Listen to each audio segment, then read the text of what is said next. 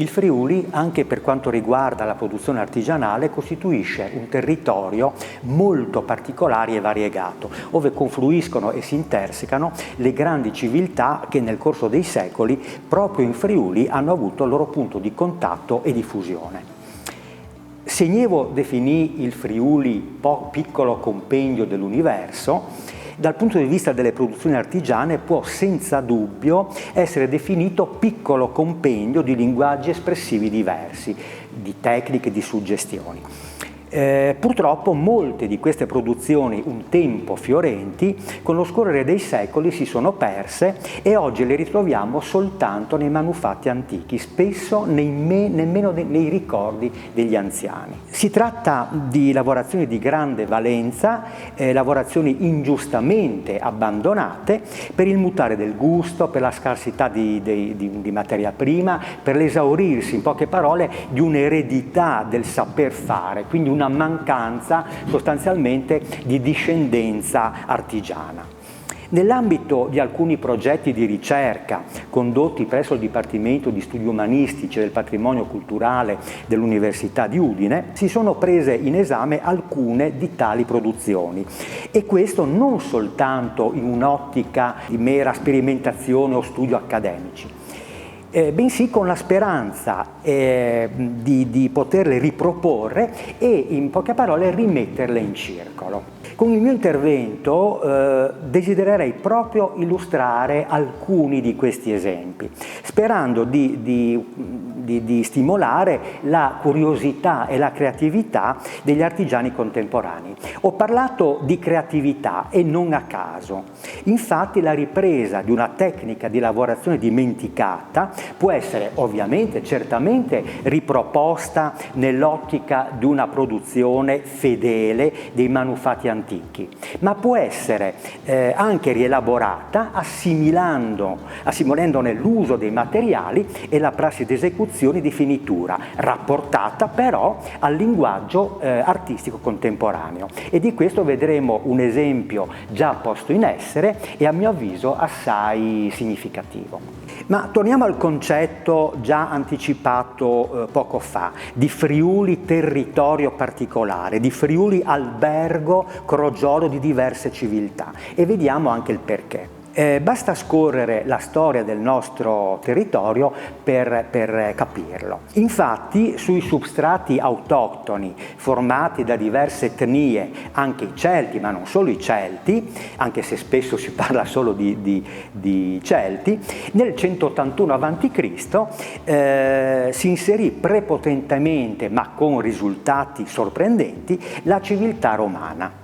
Non solo, ma Aquileia divenne una città fiorentissima, con un porto frequentato, e proprio per questo, e per la posizione di cerniera verso l'est e verso il nord, un gigantesco emporio ove mercanti provenienti praticamente da tutto il mondo conosciuto allora commerciavano, scambiavano e importavano. Vi era quindi una circolazione impressionante di materiali, di tecniche, di gusti differenti. Con la caduta dell'impero romano, ma l'eredità rimarrà a lungo, rimane ancora oggi, vi furono le pressioni delle grandi etnie che erano in attesa, oltre gli sbarramenti naturali, cioè i monti, i fiumi, eccetera, che dilagando da occidente i tedeschi, da oriente gli slavi importarono le loro culture variegate, vitalissime e diverse.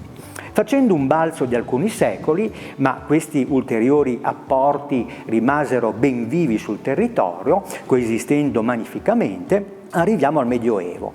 Dal 1077 il Friuli fu uno stato teocratico indipendente, il Patriarcato di Aquileia, seppur legato all'impero, e l'avvicendarsi del patriarchi provenienti da molte e diverse regioni dell'Europa. Ricordo soltanto i paesi tedeschi, soprattutto, almeno fino al XIII secolo, ma anche dall'intera penisola italiana, la Lombardia, Roma, la Campania, eccetera, dalla Boemia, dall'Ungheria, dalla Francia. Questi patriarchi giunsero in Friuli e questi patriarchi si spostavano con una più o meno nutrita famiglia costituita da parenti, consiglieri, artisti, professionisti, eccetera, ma anche con artigiani. Tutto questo comportò altre ulteriori stimolanti e feconde intromissioni di nuovi saperi. Sempre in quest'epoca poi ci furono due grosse immigrazioni. Dalla Lombardia, stimolata nel 200 dal patriarca Raimondo della Torre, la cui famiglia aveva dovuto soccombere ai Visconti e aveva preferito lasciare Milano, trasferendosi oggigiorno si direbbe con armi e bagagli, no? In Friuli, e poco più tardi di mercanti e banchieri toscani che avevano scoperto il Friuli come terra ove potevano esserci importanti occasioni di investimento economico. Nel 1420 poi ecco il grande cataclisma politico. Venezia fagocita il patriarcato, almeno come potenza secolare, e si insedia nel territorio. Ma anche questo fatto, senz'altro sanguinoso, senz'altro traumatico, senz'altro limitante della libertà del Friuli, assolutamente, però anche questo fatto portò una nuova linfa, favorendo l'immigrazione di numerose maestranze provenienti da Venezia, a dir la verità, insomma, molto poche da Venezia. Venezia era un centro molto fiorente, quindi offriva di per sé materiale di guadagno, ma soprattutto dagli altri territori veneti di terraferma, come Brescia, Bergamo, Padova, eccetera. Non si dimentichi poi gli stretti rapporti commerciali che legavano Venezia all'Oriente, i cui prodotti, attraverso gli accordi, gli esperti mercanti veneziani, giungevano abbondantemente anche in Friuli. Da tutto ciò si può capire come fin dal Medioevo nel territorio operassero artigiani con propri autonomi linguaggi anche molto diversi fra loro, a volte aggiornati e a volte anche un po' retrò, come vedremo, tanto da far pensare erroneamente ad epoche diverse, e questo in ogni settore della produzione e dell'espressione artistica. Vediamo ad esempio in questa immagine due manufatti, uno un manufatto ceramico e un manufatto ligneo. Ebbene, si tratta di un'epoca uguale, identica, soltanto nel manufatto ceramico è come se si capisse già l'evolversi della produzione artigiana nel Rinascimento. Nel manufatto ligneo sembra di essere quasi un secolo prima, perché siamo ancora nel gotico, assolutamente nel gotico. E anche nel campo architettonico avviene la stessa cosa. Questa è la loggia del Lippomano, cosiddetta, prende il nome dal luogotenente Tommaso Lippomano, che la volle appunto tra il 1486-87 e collega l'attuale Piazza Libertà al castello.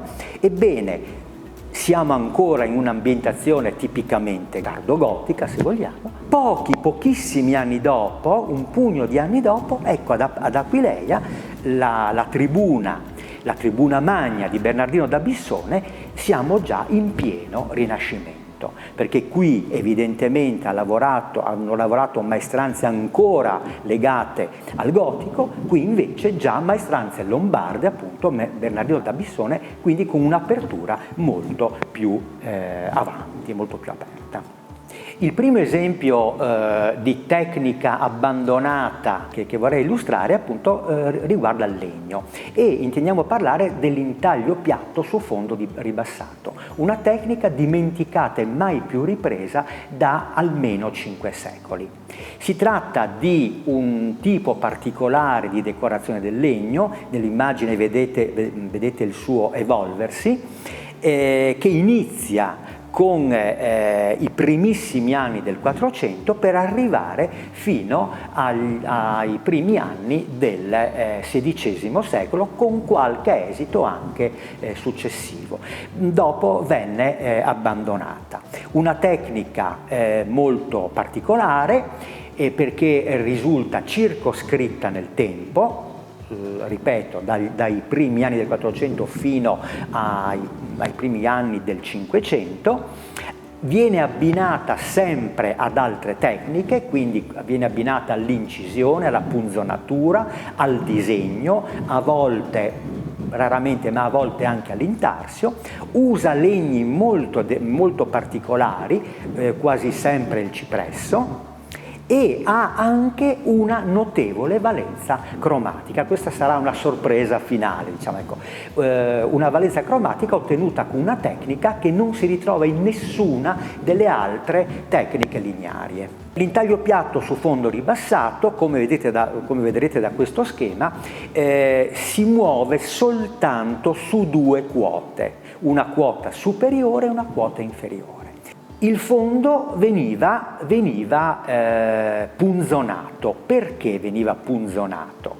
Veniva punzonato, e qui svelo il mistero della valenza cromatica, perché i vacui, diciamo le zone in depressione, venivano riempite con paste cerose colorate. Paste cerose che venivano stese a raso, quindi alla fine il piano veniva un unico piano, dando l'idea quasi di uno smalto, di uno smalto orafo, e i colori più usati erano o il verde o il rosso. Quindi dopo vedremo un esempio ricostruito, vedrete che impatto cromatico molto particolare, molto vivace.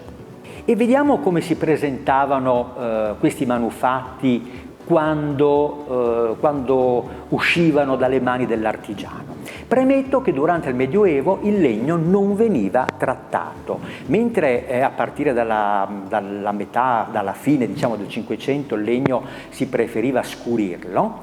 Nel Medioevo o anche nel primo Rinascimento il legno veniva lasciato al naturale, soltanto veniva passato con una mano di olio o di cera, ma il legno veniva lasciato al naturale. Quindi i manufatti a intaglio piatto realizzati in legno di cipresso, il legno di cipresso, ricordo, è un legno dai colori caldissimi, un biondo rosato molto caldo, molto solare. Con l'andare del tempo, per i secoli trascorsi, per la sporcizia accumulata, ma anche e soprattutto per una trasformazione voluta, ripeto, con la metà, insomma, del Cinquecento il legno si preferiva scuro, quindi questi manufatti, nell'esempio che vedete, si presentano scuri, senza la loro valenza cromatica, perché la cera se n'è andata da parecchi secoli. In questa successiva immagine, lo stesso esempio, però come si presentava quando veniva licenziato dalle mani dell'artigiano, quando il cliente lo riceveva. E proprio in occasione di una mostra qualche anno fa, proprio organizzata da Confartigianato, abbiamo tentato la ricostruzione di due cassette, facendo la copia e trattandole come al tempo. Quindi noi abbiamo i manufatti originali del primo 400, abbiamo fatto una copia, li abbiamo trattati come venivano trattati all'epoca. In questa immagine capite subito l'estrema potenza cromatica di questi manufatti. L'ho detto prima, volevano imitare i manufatti orafi a smalto, manufatti molto più costosi anche all'epoca, però di grande impatto visivo. Nell'intaglio piatto abbiamo detto che c'è la compresenza di numerose tecniche di decorazione del legno. Innanzitutto l'incisione, qui vediamo un esempio, ma c'è anche la punzonatura. La punzonatura ottenuta con ferri a diverse punte. Oppure c'è il disegno ad inchiostro. Nei manufatti dell'ultimo periodo, quelli che si ebbero dalla seconda metà del 400 fino ai primi decenni del 500, le figure, i particolari delle figure venivano trattati in maniera grafica, usando una penna sottilissima, probabilmente nemmeno una penna di volatile, ma probabilmente un calamo metallico, e inchiostro ferrogallico. Quindi il disegno era molto raffinato, sembra quasi un disegno su pergamena. Purtroppo, appunto, con l'andare del tempo spesso il disegno rimane un po' sbiadito, ma ugualmente si può apprezzare l'estrema raffinatezza della realizzazione. Ovviamente questa tecnica può venire ripresa oggi. Può venire ripresa per ricostruire, per ottenere, per rifare copia dei manufatti originali, ma anche per dare spazio alla creatività dell'artista contemporaneo. Questo obiettivo, trasportato anche in un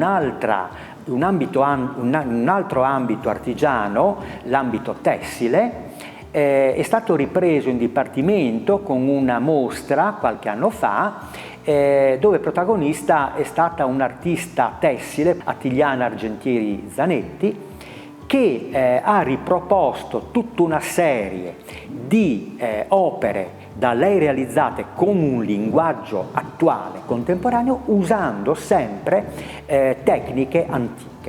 E difatti la mostra, mi ricordo, era stata intitolata, parafrasando il titolo di un celebre trattato di teoria musicale del Cinquecento di Gioseffo Zarlino, l'antica musica ridotta alla moderna pratica. Il titolo di questa mostra era L'antica tecnica ridotta alla moderna pratica, perché si trattava appunto di tecniche antiche ma di linguaggio contemporaneo.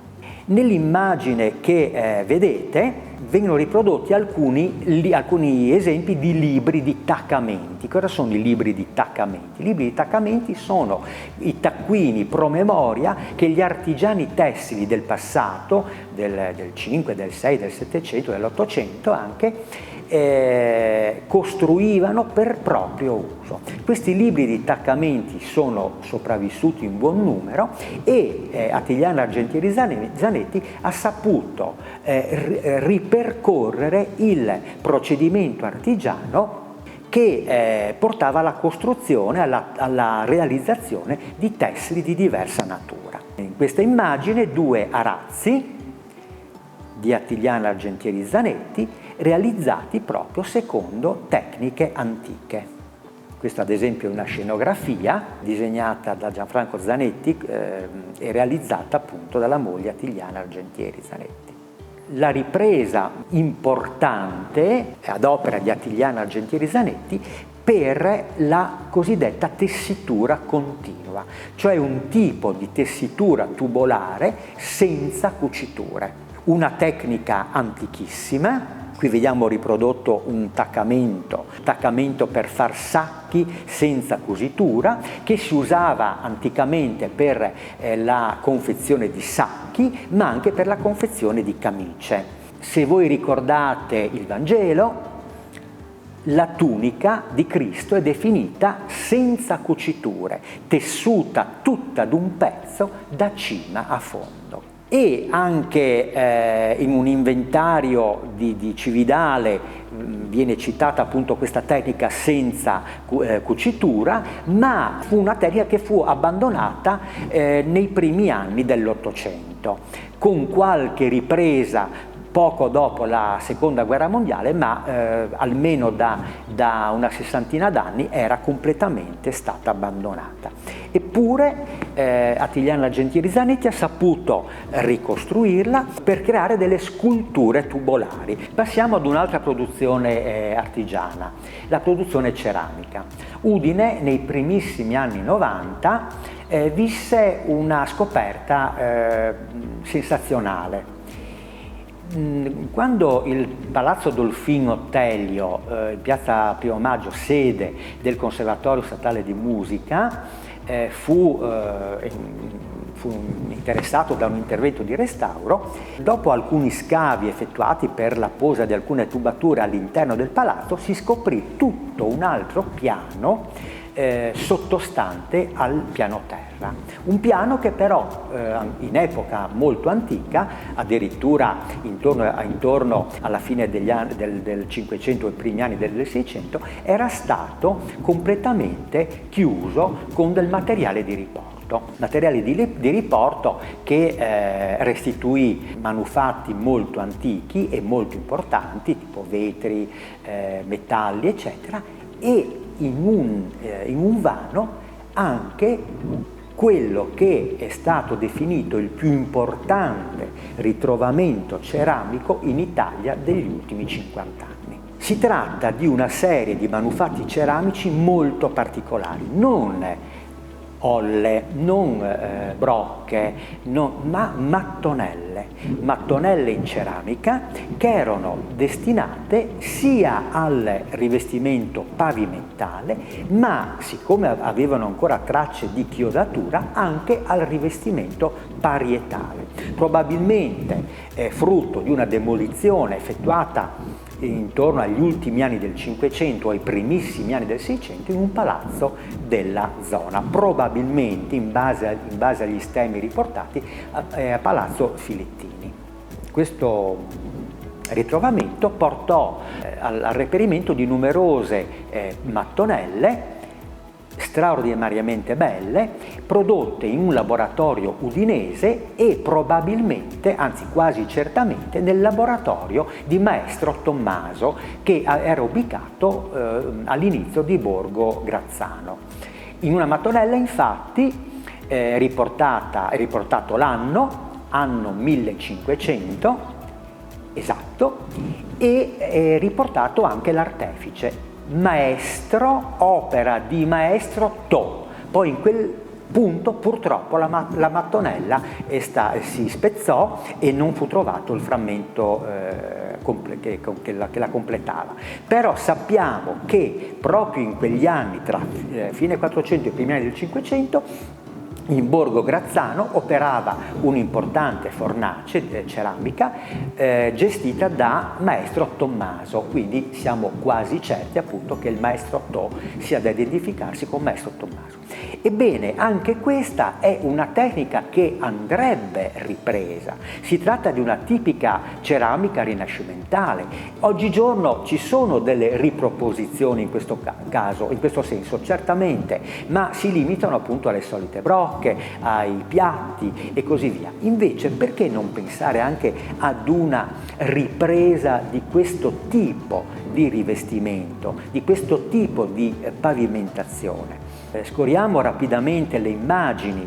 Qui vediamo appunto una serie di mattonelle, ma abbiamo anche delle losanche con dei motti, abbiamo anche delle cornici in ceramica, cioè tutti manufatti che potrebbero arricchire ulteriormente una casa nostra, una casa contemporanea, anche magari ripresa con una tecnica artistica più moderna.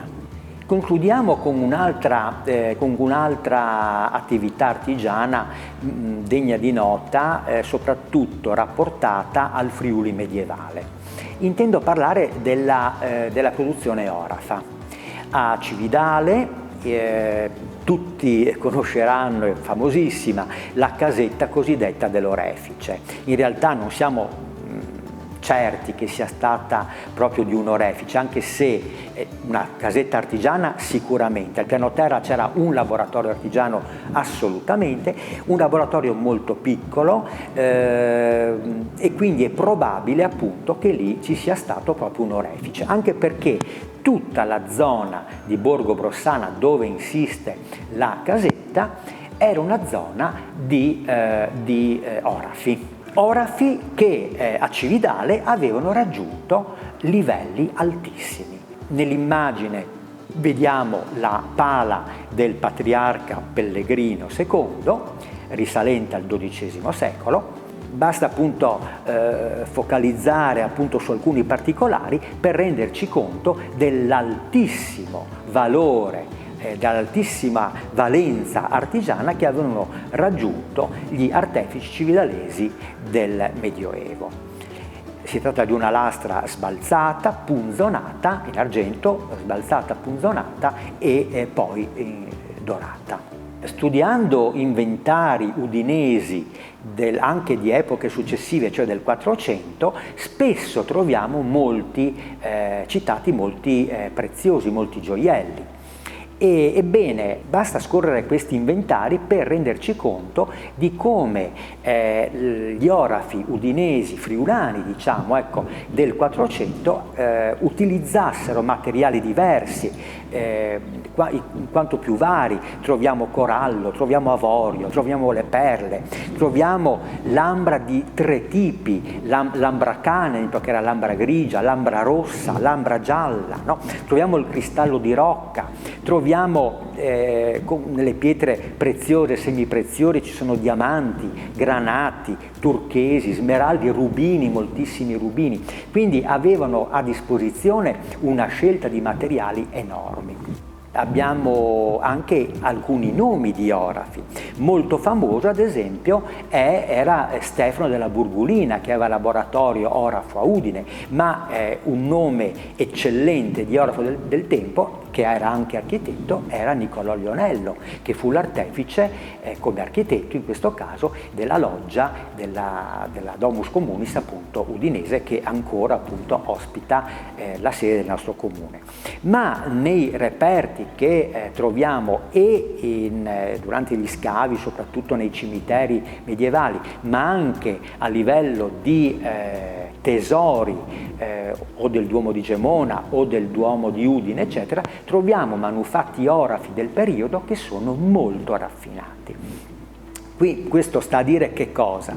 Che al tempo la tradizione orafa cividalese degli ultimi secoli del Medioevo si era tramandata e gli orafi del 4, del 5 e del 600 si erano dimostrati in grado di recepire questa eredità e di portarla avanti con grande onore, con grande perizia. I pochi esempi che abbiamo visto nell'ambito di questa conversazione sono soltanto una parte di tutte le tematiche che si potrebbero appunto affrontare. Ma che cosa stanno a significare? Che cosa dovrebbero insegnare? Dovrebbero insegnare che alcune tecniche artigiane che sono state usate, utilizzate per secoli e che sono state abbandonate spesso appunto perché magari sono morti gli artigiani che ne detenevano i segreti oppure per la mancanza di materie prime e così via, dovrebbero essere riprese. Sono tecniche depositarie di saperi antichissimi, sono tecniche che ci potrebbero far di nuovo tenere manufatti di grandissimo valore artigiano e artistico e sono tecniche che potrebbero essere utilizzate per il linguaggio nostro, per il linguaggio contemporaneo. Anche un artista contemporaneo potrebbe progettare pensando a una tecnica antica. Ripeto, prima abbiamo parlato della moderna pratica, no? In effetti la moderna pratica fatta però, condotta però con un linguaggio antico. E questo è un augurio che io mi sento appunto di rivolgere, una speranza che io mi sento di rivolgere ai nostri artigiani, ai nostri bravi artigiani.